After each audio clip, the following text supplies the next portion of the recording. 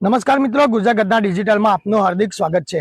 જો વાત કરીએ તો તસ્કરોએ તો અત્યારે હાલ માજા મૂકી દીધી એમ કહી શકાય। કારણ કે કાસોર ગામની જે ગામ છે, ગામની સીમમાંથી લગભગ 10 થી 12 જેટલા જે કુવાઓ હતા, કુવાના જે કોપરના વાયરો હતા, તે તસ્કરોએ સેમ મોડસ ઓપરેન્ડીથી ચોરી કર્યા છે। ચોરી કરી અને દૂર જઈ અને જે ખેતર છે, ખેતરમાં જઈને તે કોપરના વાયરો હતા જે એને સળગાવી દીધા હતા ને તેમાંથી જે તાંબાના જે તાર હતા તે કાઢી અને ક્યાંક ને ક્યાંક તે ચોરી કરીને લઈ ગયા હતા।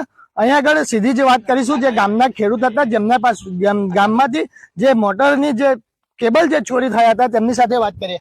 જે શું સમગ્ર ઘટના શું બની હતી? અમારા ગામમાં આશરે 10 થી 12 જેટલા મોટર કુવા આવેલા છે કે જ્યાં સેમ મોરસ ઓપરેટરથી તાણાના નકુચા કાપીને અને સ્પેસિફિકલી કે જે સ્ટાર્ટર અને મોટર સાથે કેબલ લગાવેલો આવે જેને આપણે મોટર ચાલુ કરવા માટે યુઝ થઈ જાય, એ આશરે એક કુવાના ખેતરમાંથી આશરે 40 થી 50 મીટરનો કેબલ આવે એ કાપીને લઈ ગયેલા છે।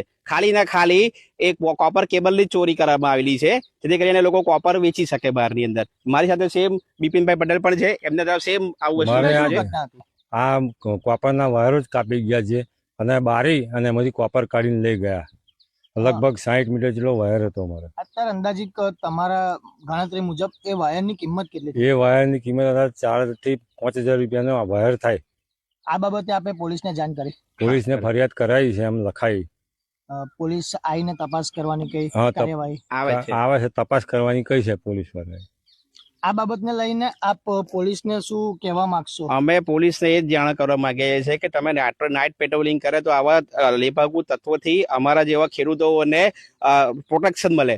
એક બાજુ ઉપર કુદરતનો માર છે, બીજી બાજુ આ રીતે બીજો અન્યાય થઈ રહેલો છે કે જેથી કરીને ખેડૂતો ક્યાં જાય।